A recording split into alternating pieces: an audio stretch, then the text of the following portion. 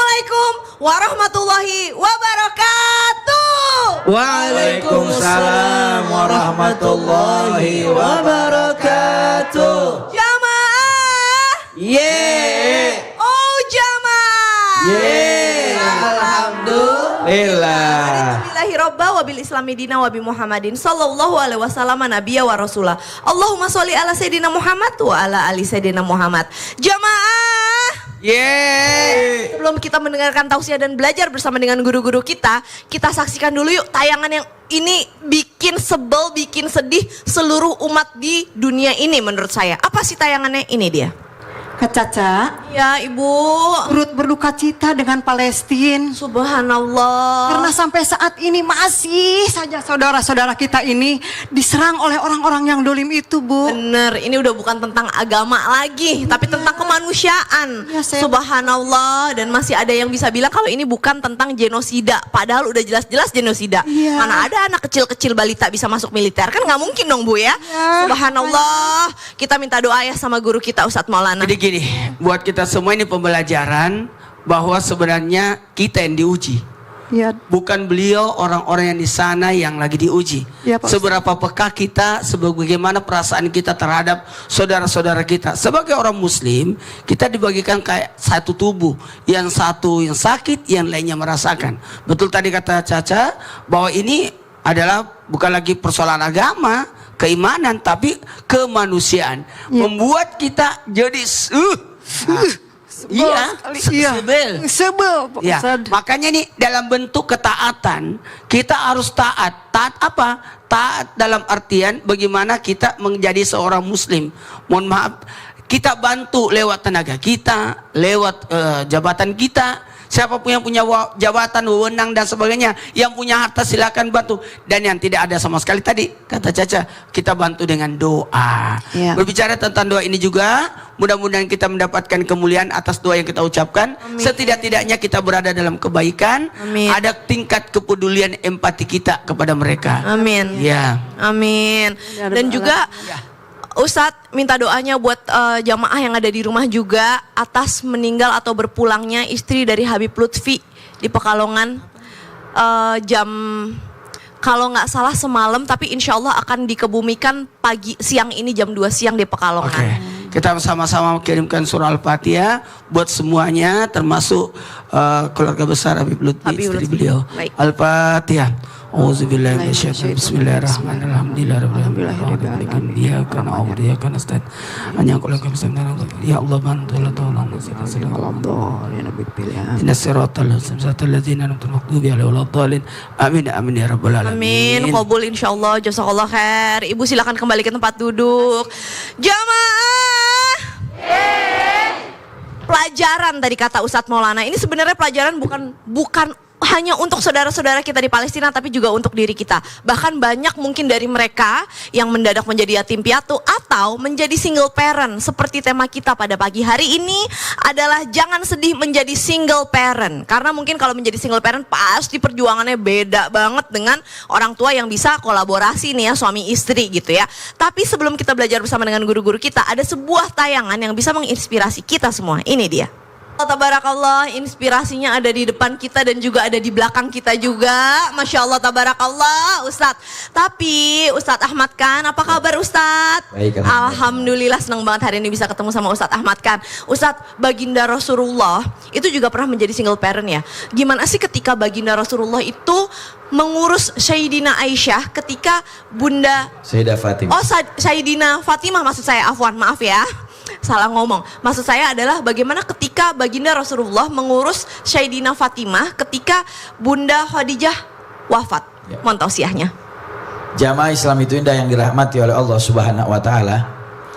Single parent merupakan salah satu yang menjadikan seseorang itu semakin mendekat kepada Allah Subhanahu wa taala, di antaranya dengan merawat anak yang diberikan oleh Allah Subhanahu wa taala.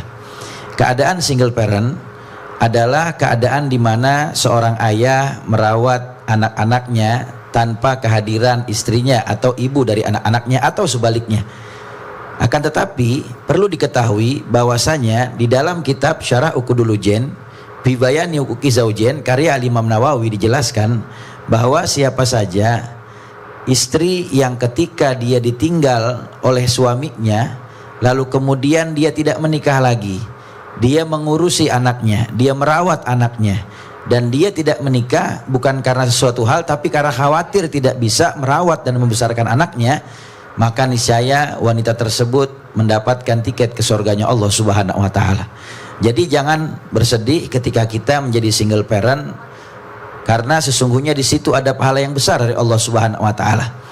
Kalau kita lihat bagaimana kisah baginda Rasul Nabi Muhammad sallallahu alaihi wasallam, Sayyidah Khadijah radhiyallahu taala anha wardaha, beliau wafat 10 tahun setelah kenabian baginda Rasul Nabi Muhammad sallallahu alaihi wasallam, dan Sayyidah Fatimah radhiyallahu anha wardaha, beliau dilahirkan 5 tahun sebelum kenabiannya baginda Rasul Nabi Muhammad sallallahu alaihi wasallam. Maka para ulama menyatakan ketika ibunda Sayyidah Khadijah radhiyallahu anha wardaha wafat, meninggal dunia, pada saat itu kurang lebih usia Sayyidah Fatimah radhiyallahu anha Al-Batul bintu Rasul diperkirakan usianya kurang lebih 15 tahun.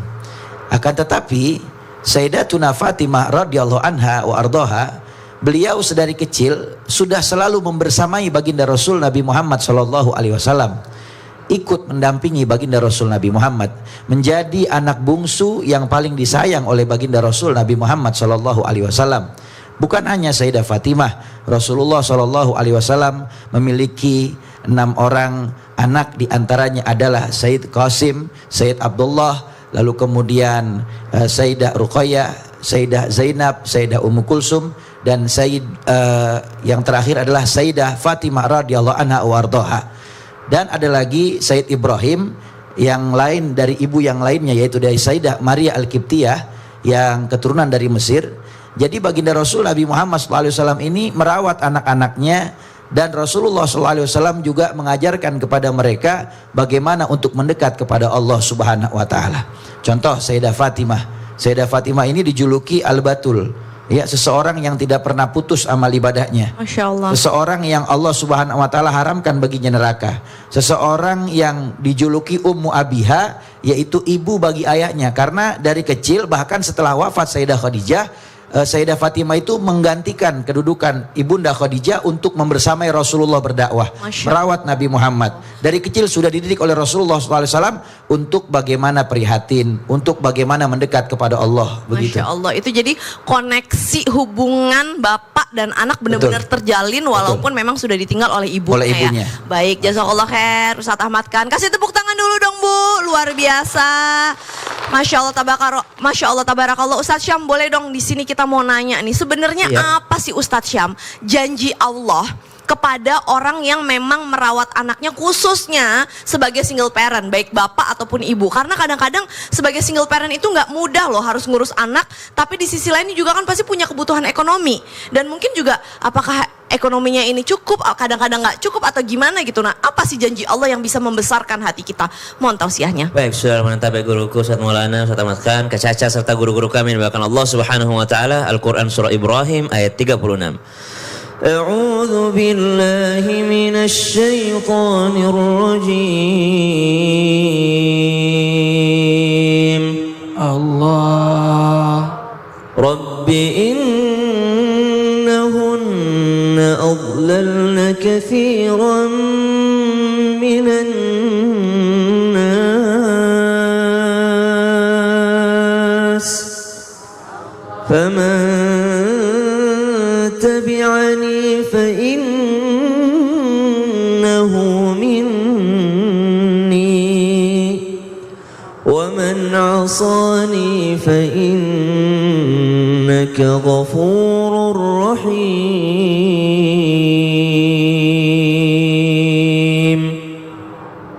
Nabi Ibrahim alaihissalam pernah mendapatkan tugas perintah dari Allah Subhanahu wa taala untuk meninggalkan Nabi Ismail kecil di lembah ya, yang tidak ada kehidupan di sana.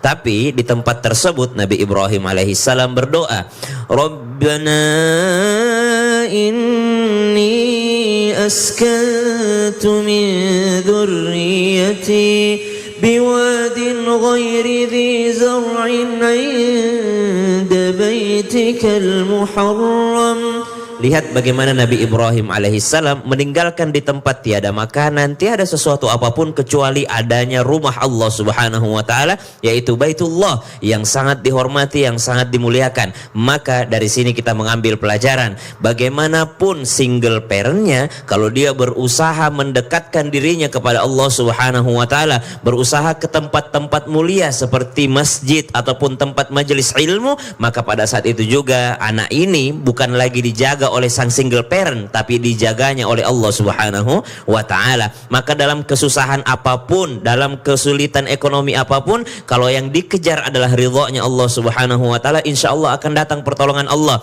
Kalau dikatakan seperti apa janji Allah, yang pertama, orang yang mendidik anak-anaknya dengan baik, maka itu menjadi tameng dia dari neraka. Orang yang mendidik anak-anaknya dengan baik, dia akan menjadi pahala jariah bagi orang tuanya. Ini kan sering banget kita dengarkan, bagaimana seorang orang tua mendidik anaknya, anak itu berdoa, orang tua dapat pahalanya, anak itu beramal soleh, orang tua dapat pahalanya. Maka bagaimana ibunda misalnya dari Imam Bukhari merawat anaknya sebagai seorang single parent, ibunda Imam Bukhari dalam keadaan buta, Imam Bukhari pada saat tersebut, akan tetapi ibunya mendoakan agar anaknya selalu dekat dengan Allah Subhanahu wa taala, maka tetap mendapatkan pertolongan dari Allah Subhanahu wa taala. Kita tidak tahu bagaimana bentuk pertolongan Allah Subhanahu wa taala, bagaimana bentuk pertolongan Allah ketika sang anak ini telah berdiri dengan kakinya sendiri, tapi kita tahu bahwa orang-orang sukses itu senantiasa mendekatkan anaknya kepada Allah Subhanahu wa taala melalui majelis ilmu, rumah-rumah Allah, masjid-masjid Allah yang ada di muka bumi ini. Wallahu taala alam. Masya Allah, tabarakallah. Apalagi belum lagi kemuliaan mendidik anak-anak perempuan, karena biasanya kita manusia kecenderungan sukanya anak laki-laki. Tidak lagi itu. Padahal mendidik anak perempuan juga kemuliaannya Masya Allah, tabarakallah ya. Surga, Luar insya Allah. biasa. Jazakallah khair. Tasya, Masya Allah. Jamaah, ini ibu-ibu jamaah dari mana sih? Oh, dari Sumedang. Aduh, menigelis-gelis pisan. Ibu ini di sini ada ngobrol apa? Kalau nggak pakai mic atuh mah nggak kedengeran. Kita pengen denger. Ngobrol apa, Ibu? Ini loh Kak Caca. Apa?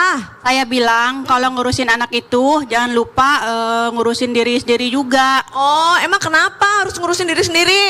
Enggak sih, kalau ngurus anak itu harus tulus, jangan setengah-setengah, Kak Caca. Oh, nggak perlu ngurusin diri kata temennya. Kalau yang satu bilang, Tapi nggak perlu ngorbanin sendiri juga. oh, gimana Ibu menurut Ibu?